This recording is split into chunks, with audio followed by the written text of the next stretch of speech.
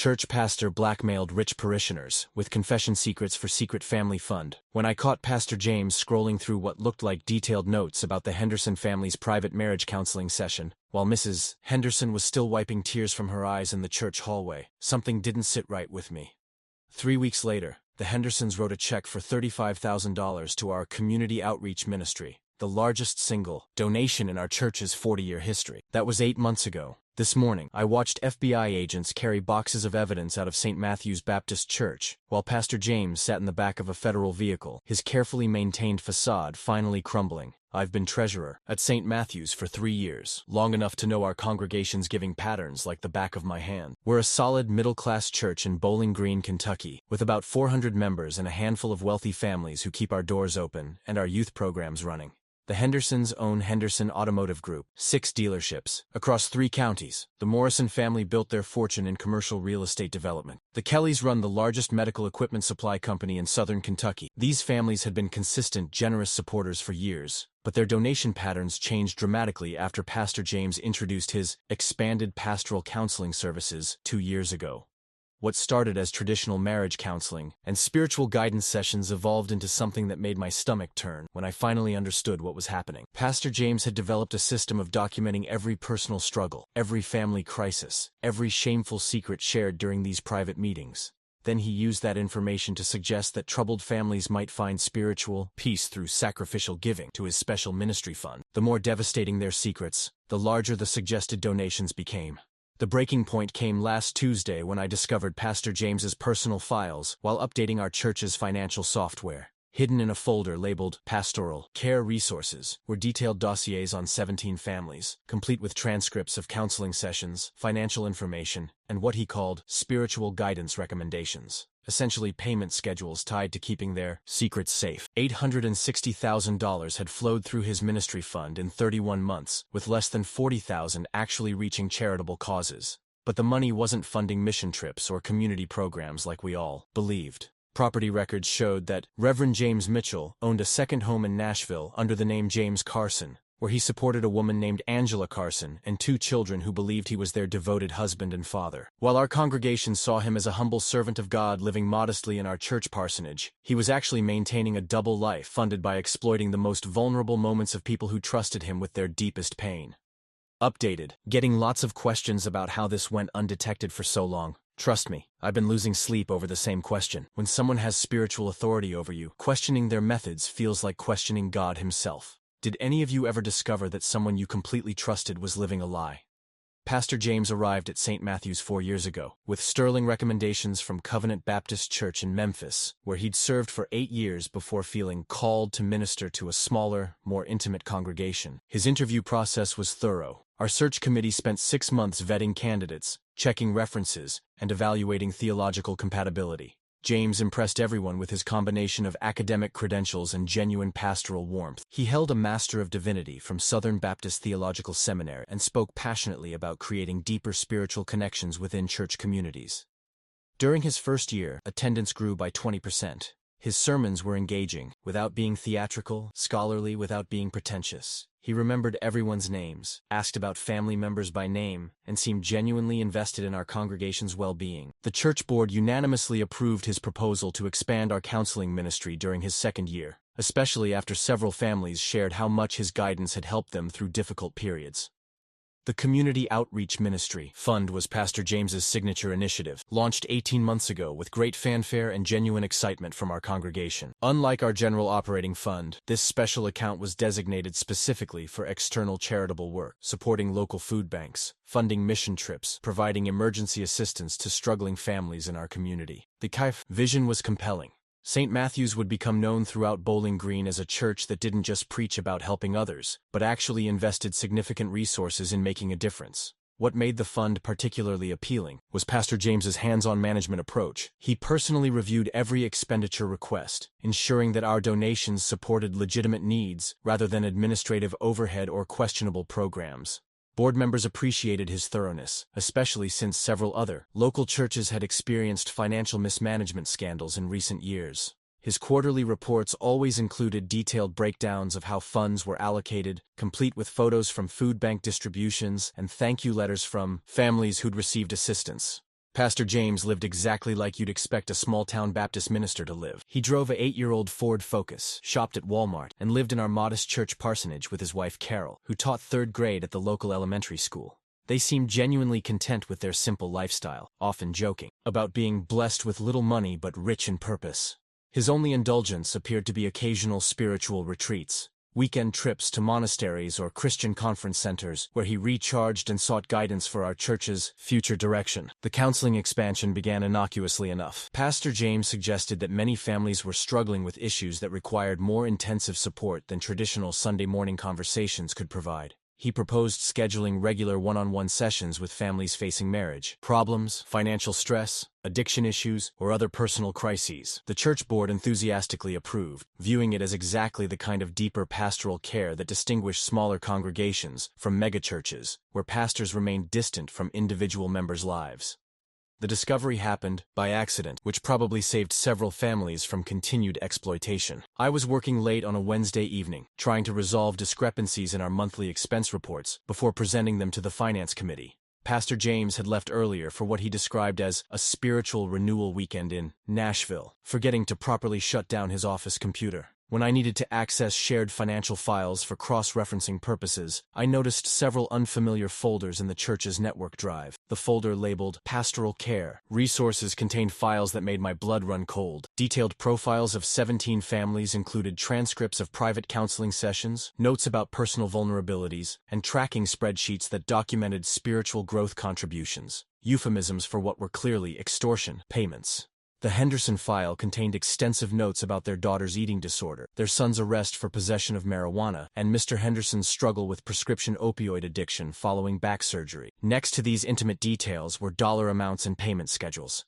Mrs. Morrison's file revealed information about her husband's gambling addiction that had cost them nearly $70,000 before she discovered it and forced him into treatment.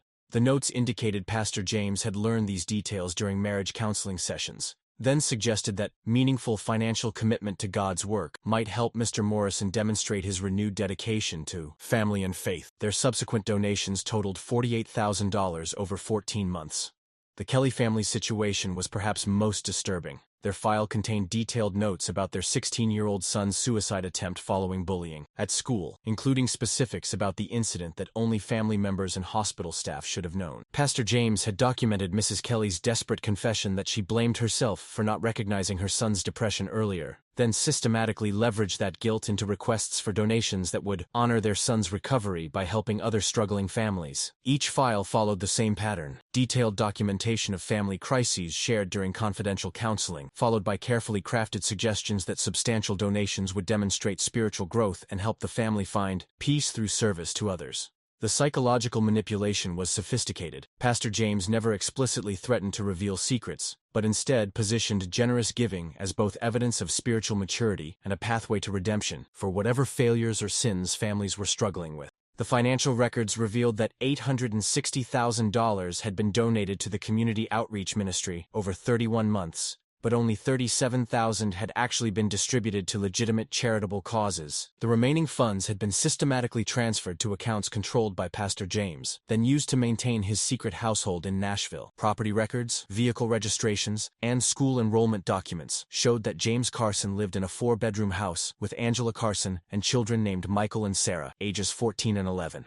Social media accounts under the James Carson identity revealed a completely different life than what our congregation knew. Photos showed family vacations to Disney World, expensive restaurants, private school events, and a lifestyle that would have been impossible on a small-town pastor's salary. Angela Carson's Facebook profile described her as a devoted wife and stay-at-home mother who was grateful for her husband's successful consulting business that allowed him to work from home several days each week. The evidence was overwhelming and methodically documented. Pastor James had been using a sophisticated recording system during counseling sessions, transcribing conversations, and maintaining detailed files on family vulnerabilities. He'd developed relationships with families specifically to gather compromising information, then exploited their trust and guilt to extract donations that funded his secret double life. The most chilling aspect was how carefully he'd maintained his reputation in both locations, appearing as a humble, dedicated pastor in Bowling Green, while serving as a successful family man and provider in Nashville. Updated. Many of you are asking how I gathered evidence without being caught. Pure luck and careful documentation. I spent 3 nights copying files and cross-referencing financial records before contacting authorities. The hardest part was maintaining normal interactions with Pastor James while knowing what I'd discovered. Have you ever had to pretend everything was normal while planning to expose someone you'd trusted completely? Contacting law enforcement required careful consideration of both legal procedures and potential harm to the victimized families. After consulting with the attorney friend who specialized in white-collar crime, I learned that religious fraud cases were particularly complex due to First Amendment protections surrounding pastoral confidentiality and religious fundraising. However, the evidence I'd discovered clearly demonstrated criminal extortion using illegally obtained private information through violation of counselor-client privilege.